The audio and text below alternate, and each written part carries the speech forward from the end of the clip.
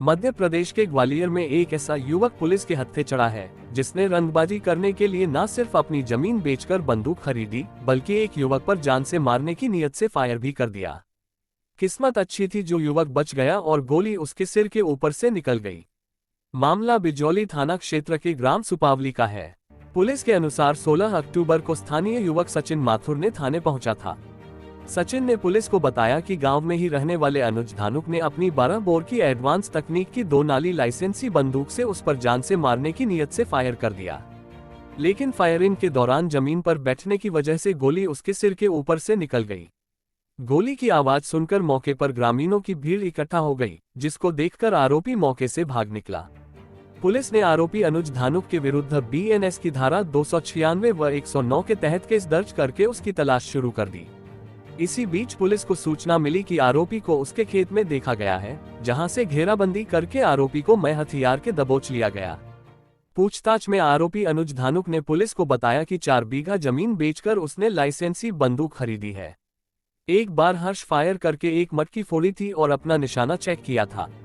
इतना ही नहीं, गांव में हुई एक लड़ाई में भी अनुज ने दहशत फैलाने के उद्देश्य से फायरिंग की थी। फिलहाल आरोपी सलाखों के पीछे भेज दिया गया है, लेकिन ग्वालियर पुलिस ने स्पष्ट कर दिया है, अगर कोई लाइसेंस धारक डराने या जान से मारने की नीयत से फायरिंग करेगा और गोली नहीं लगेगी, तब भी आरोपी के विरुद्ध हत्या के प्रयास का मामला दर्ज करके कड़ी कार्रवाई की जाएगी। साथ ही उसका शस्त्र लाइसेंस भी निरस्त कराया जाएगा। 2 दिन पहले बिजौली थाने के सुपावली गांव में एक फायरिंग की घटना हुई थी, जिसमें सचिन माथुर ने रिपोर्ट लगाई थी कि उनके गांव का अनुज धानुक उसने उस पर गोली चलाई जान से मारने की नीयत से, जिस पर हत्या के प्रयास का मुकदमा दर्ज किया गया था।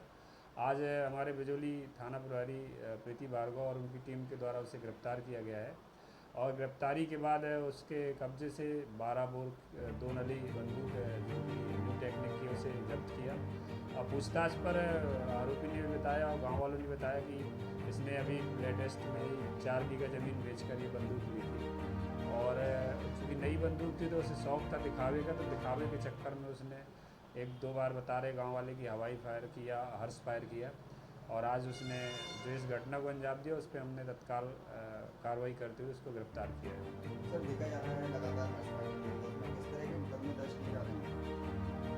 चूँकि शस्त्र का प्रयोग आत्मरक्षा के लिए होता है, हमारे पुलिस अधीक्षक श्री धर्मवीर सर का भी निर्देश है, यदि कोई व्यक्ति शस्त्र लाइसेंसी शस्त्र का दुरुपयोग करता है या किसी को डराने के लिए जान से मारने की नीयत से चलाता है, अगर गोली नहीं भी लग गई और उसको निशाना बनाकर मार रहा है, तो उस पर भी हम लोग अब हत्या के प्रयास का मुकदमा दर्ज कर उसको जेल भेज रहे हैं।